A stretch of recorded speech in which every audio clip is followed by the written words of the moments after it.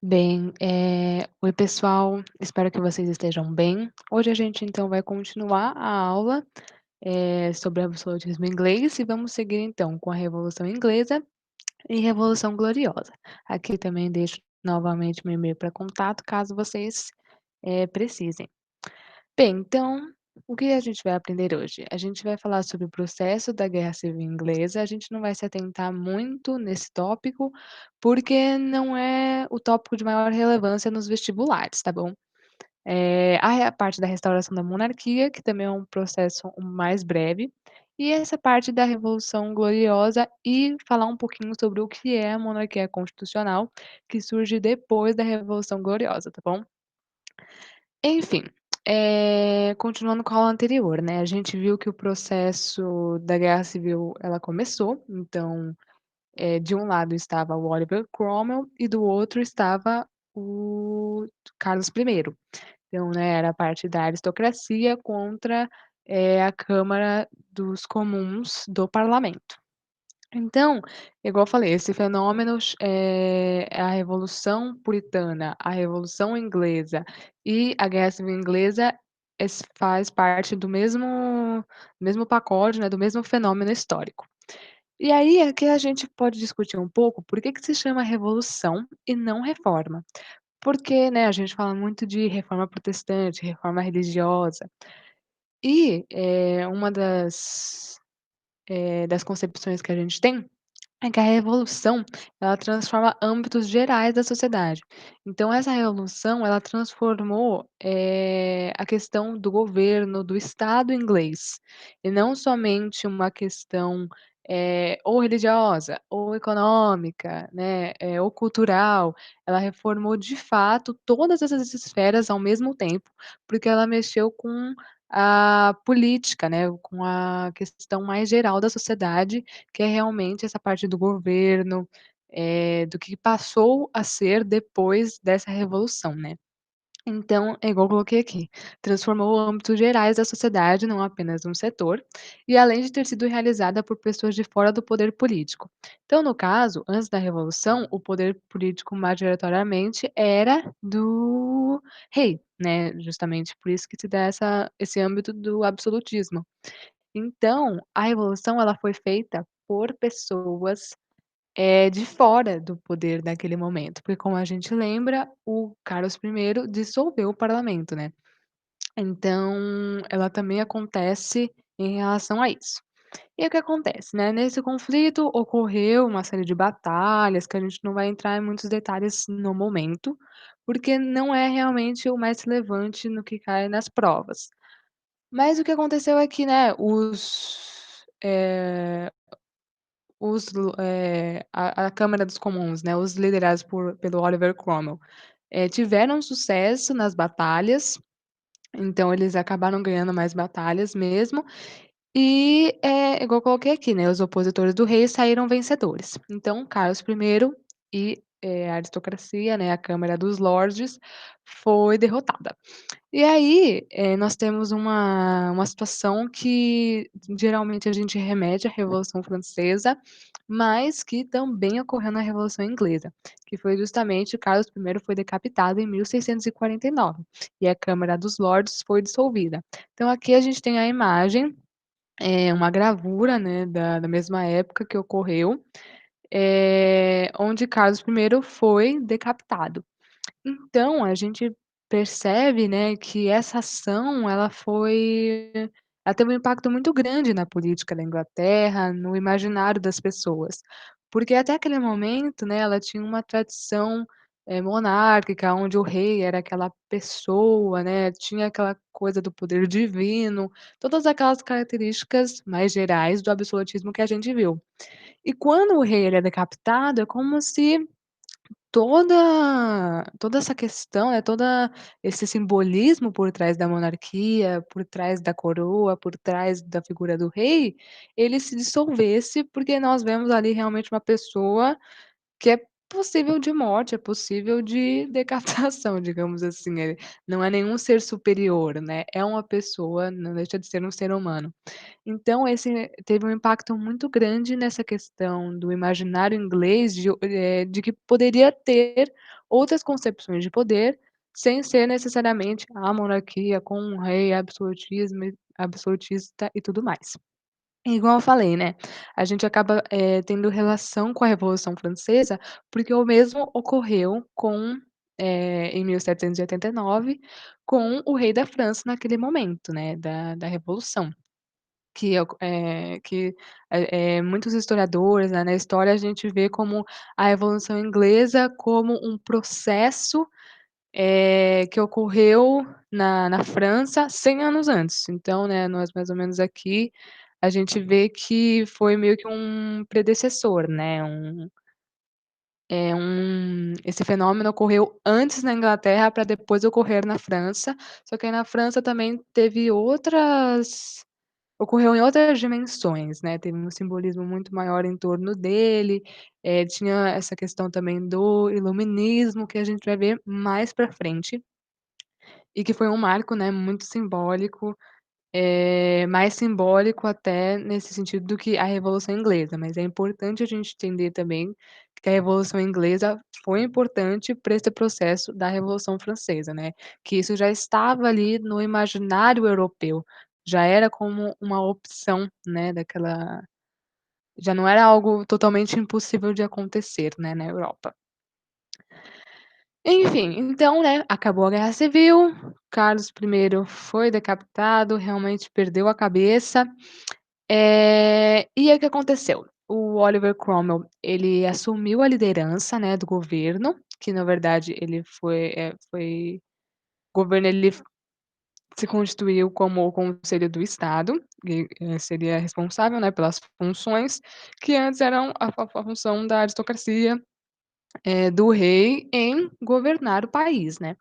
E aí, houve então o regime republicano, que é a república, né, como a gente já viu, que é atualmente a forma de governo do Brasil, né, que a gente sabe, a República Federativa do Brasil, brasileira. E, houve então, a formação dessa Commonwealth, que é como se fosse a comunidade inglesa, né, depois essa Commonwealth ela passa a integrar também todo o Império Inglês, né, que a gente vai ver mais pra frente no século XIX, são as colônias, é a coroa, é a própria Inglaterra, o Reino Unido, como se fosse uma grande comunidade, mas nesse momento ela se forma por conta, né, desse regime republicano. Enfim, Oliver Cromwell assumiu, né, e aí o que aconteceu? Um dos principais feitos, né, do Cromwell, durante o governo dele, né, durante o tempo que ele ficou, na liderança do Conselho de Estado, foram os atos de navegação. E o que que foram esses atos de navegação? Eles beneficiavam os setores mercantis e da construção naval, né, da Inglaterra. Porque o que que esse ato de navegação eles impunham? Que todos os produtos que entrassem na Inglaterra, eles só fossem transportados por navios ingleses. Então isso auxiliou tanto o pessoal do comércio, porque ia ter que ser tratado ali somente entre os ingleses, e também na construção naval, porque muitos outros, navios tiveram que ser construídos, porque eram muitos produtos, né. Então isso facilitou, no comércio próprio da Inglaterra. Só que aí, o que que aconteceu, né, o Cromwell, o país tinha acabado de passar por uma guerra civil, estava passando realmente por algumas situações, difíceis, como a fome, porque teve más colheitas, né, baixos salários, aumento do custo de vida, então isso acabou enfraquecendo o governo do Cromwell. E como a gente viu aqui, ele ficou mais ou menos 10 anos, né. Em 1658 ele acaba falecendo. Então o que acontece? O Cromwell ele acabou, se tornando um pouco autoritário nesse sentido, então ele, não possibilitava que, grupos de oposição a ele estivessem na Inglaterra. teve essa crise econômica, então ele em 1653 ele chegou a dissolver o parlamento, algo que ele tinha lutado contra, né, no caso, porque ele era do parlamento antes, e ele já não estava mais com todo aquele prestígio, né, então a gente sabe que o poder dele, a figura dele foi se enfraquecendo. E aí o que acontece, em 1658 então ele faleceu, e o filho Richard, ele chegou, né, assumir, né, a liderança do governo, só que ele não tinha a mesma influência que o pai dele tinha, e o pai dele também já tinha dissolvido o parlamento, então ele acabou não se mantendo no governo. Então aí o que aconteceu, por conta desse enfraquecimento, né, do Oliver Cromwell ali perante a sociedade, né, a pró os próprios membros políticos ali, os nobres conseguiram restaurar a monarquia. Então eles conseguiram meio que voltar a um certo protagonismo, porque meio que viram que com Oliver Cromwell não deu certo. Então, esse fenômeno é o que a gente chama de restauração monárquica. Então aqui eu coloquei uma figura eh, daquela série de TV que eu tinha falado pra vocês na outra aula, só pra ficar divertidinho mesmo, porque que ele fala, né: "Vamos festejar justamente porque a monarquia voltou", né, então a aristocracia, todo mundo meio que comemorou, porque agora eles tinham voltado ao poder, né. E aí o que acontece, né, o comércio, a indústria da manufatura ali, ela conseguiu se expandir, só que os conflitos com o parlamento permaneceram, porque igual a gente falou, né, os Stuarts eles não são muito do diálogo ali com o parlamento, a gente percebeu isso. Então, meio que os abusos voltaram, né, os abusos, o aumento de impostos, daquelas coisas todas. Então por mais que a parte do comércio ali, da economia estivesse se recuperando, a questão política, ela voltava a se desgastar. Então, em 1685, o Jaime II assume, né, porque o Carlos II ele não deixou herdeiros, esse aqui é a figura do Carlos II, tá, mas é só o personagem da série, a caracterização parece, né, mas é o personagem da série mesmo, tá bom. E aí o que aconteceu? O Jaime II então, eh novamente abusou do poder nesse sentido de efetuou, né, prisões por sua própria vontade, perseguiu os opositores, oprimiu os anglicanos porque ele era católico. Então, teve toda essa questão de ele voltou a cometer esses abusos, né. Então aí o que aconteceu? Os membros do parlamento que, né, já sabiam mais ou menos como é que estava funcionando isso, eles tentaram achar um acordo com uma outra parente dos Stuarts, que é a Mary Stuart. Então o que aconteceu aqui, temendo, né, os desdobramentos da forte inclinação religiosa do rei, o parlamento decidiu entregar o reino para a filha de Jaime, que no caso é a Maria Stuart, que no caso fica a Maria II da Inglaterra, né. E aí o que aconteceu? O parlamento então encontrou essa forma mais amistosa, né, sem envolver um conflito armado propriamente dito, de, colocar uma nova pessoa no governo, que não fosse, tão autoritária, né, que não cometesse os mesmos abusos que o Carlos II e o Jaime II tinham cometido, né, igual os outros Stuarts predecessores, né, os antigos Stuarts lá que a gente viu na outra aula. Então o que acontece, né, foram escolhidos então a Maria Stuart, porque já tinha esse diálogo com, os Stuarts, né. E o marido Guilherme de Orange, que é o chefe era o chefe do estado da Holanda, né, que no caso ele era protestante. Então, em 1688, eles invadem a Inglaterra e assumem o poder, né, porque no caso eles estavam lá na Holanda, essa aqui então é a Maria Stuart, esse aqui é o Guilherme de Orange. E aí gente, acontece o que a gente denomina como Revolução Gloriosa, que foi esse golpe de estado, né, no sentido de que eles destituíram o Jaime II e eles, assumiram o poder, né, a Mary e a Maria e o Guilherme assumiram o poder. De acordo então com um novo regime que seria a monarquia parlamentar constitucional. Então eles aceitaram esse acordo que o parlamento tinha, proposto para eles, né, que eles iam poder governar como reis, só que eles iam ter que respeitar o parlamento, de acordo com as leis mesmo do país, tipo, isso estava, na Constituição, né, que a gente sabe que é a lei maior, assim, de qualquer país constitucional, é a Constituição. Então os 2 se mantiveram no poder até 1714, e depois, disso a gente vê que, todos os reis após, a Maria e o Guilherme, eles adotaram então a monarquia parlamentar constitucional ou como a gente, né, comumente fala, a monarquia constitucional. Então aqui nós vemos, a Bill of Rights, que é a Declaração Inglesa dos Direitos, que é de 1689, que foi, 1 ano após, né, a invasão deles, o golpe de estado, saiu Jaime, tchau Jaime, e aí eles retomaram o poder com o apoio do parlamento, porque eles assinaram essa Declaração Inglesa dos Direitos. Então aqui eu selecionei algumas só, dos tópicos presentes, tem o link aqui, se vocês quiserem ver o documento todo, porque também é importante que vocês tenham esse contato com as fontes da época. Então fotografias, pinturas, fontes escritas.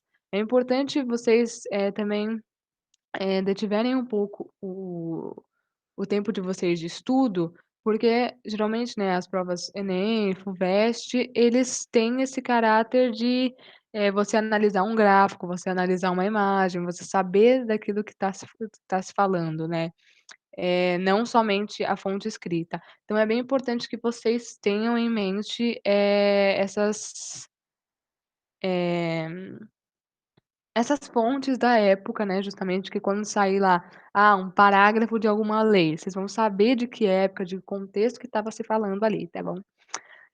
Então aqui, né, o primeiro, ele falava sobre assumindo e exercendo o poder de revogar e suspender as leis, e a execução das leis sem o consentimento do parlamento. Então, ou seja, o rei, ele não podia ter esse papel, né, de revogar e suspender as leis sem o consentimento do parlamento. Então ele não podia fazer o que os outros stewards estavam fazendo, né. Então aqui, ó, fazendo a arrecadação de dinheiro para o uso da coroa, olha lá, e não, né, sobre pretexto de prerrogativa em momento e de maneira diferentes daquela feita pelo parlamento. Então o parlamento, ele ia ser o regulador, assim, né. A monarquia, ela estava agora intimamente ligada com o parlamento, um não fazia nada sem o outro, né.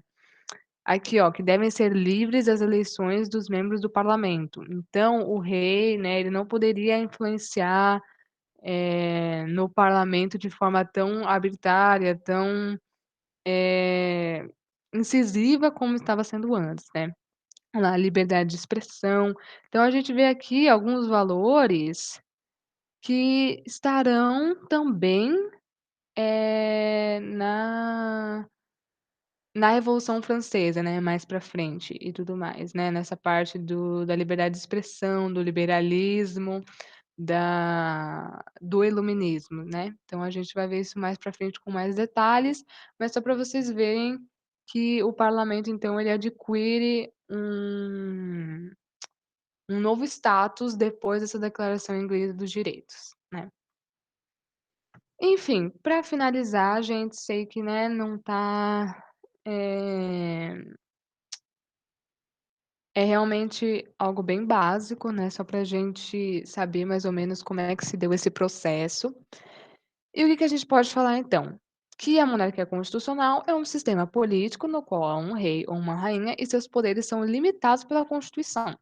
Então, ou seja, esses poderes, eles não são absolutos igual estava sendo antes. E aí o que acontece? Há a separação de 2 chefes, né. O chefe de estado, que é representado pelo monarca, e o chefe de governo, que é o primeiro-ministro, que é o responsável pelo poder executivo do país, como se fosse o presidente, né. Então, olha lá, a maioria dos países que adotam a monarquia constitucional possui um parlamento, que é o poder legislativo, que é o caso, o que faz as leis, né. Então, no caso aqui, né, pra gente dar uma olhada na Inglaterra atualmente, nós temos a rainha Elizabeth, né, na época que ela foi coroada e agora, e aqui nós temos a família real, né. Então nós vemos que, na Inglaterra ainda existe, a gente pode falar, ainda existe monarquia lá. Só que acontece, a monarquia é mais num viés simbólico, né, da representação do Estado inglês, da representação, dessa tradição inglesa mesmo da monarquia, né, dessa figura da coroa, dos nobres. Mas de fato, o poder, né, sobre o governo é do primeiro-ministro. Então, claro, há um diálogo, né, entre o rei, no caso a rainha, e o primeiro-ministro, mas, as decisões de fato, quem, lidera o poder executivo, ou seja, que executa as leis, é o primeiro-ministro.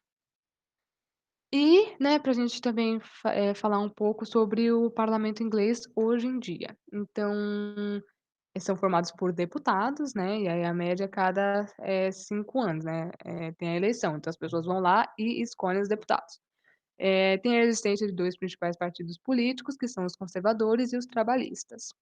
E aí, a gente fala, né, que o Reino Unido, porque, ou seja, não é o parlamento é do Reino Unido, não é só da Inglaterra, porque a gente sabe que o Reino Unido são outros países também que fazem parte ali, não somente a Inglaterra, né.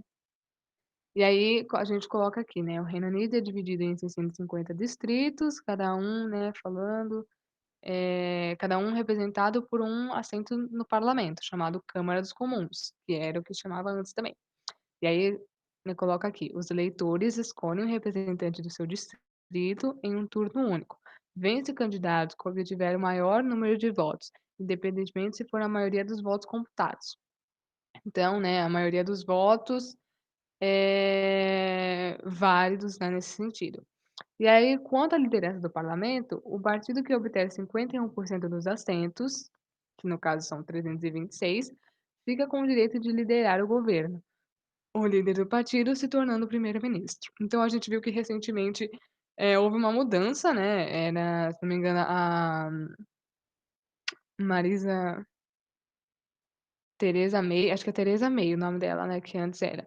E desde 2019 está então o Boris Johnson, que, teve novas eleições e tudo mais, várias questões contemporâneas também acontecendo nesse processo, e ele era líder do Partido Conservador, e ele acabou ganhando as eleições. Então, atualmente, esse aqui é o primeiro-ministro e o, parlamento inglês é esse aqui, né. Então, eles, que fazem as leis e tudo mais no Reino Unido, né. E é isso, gente.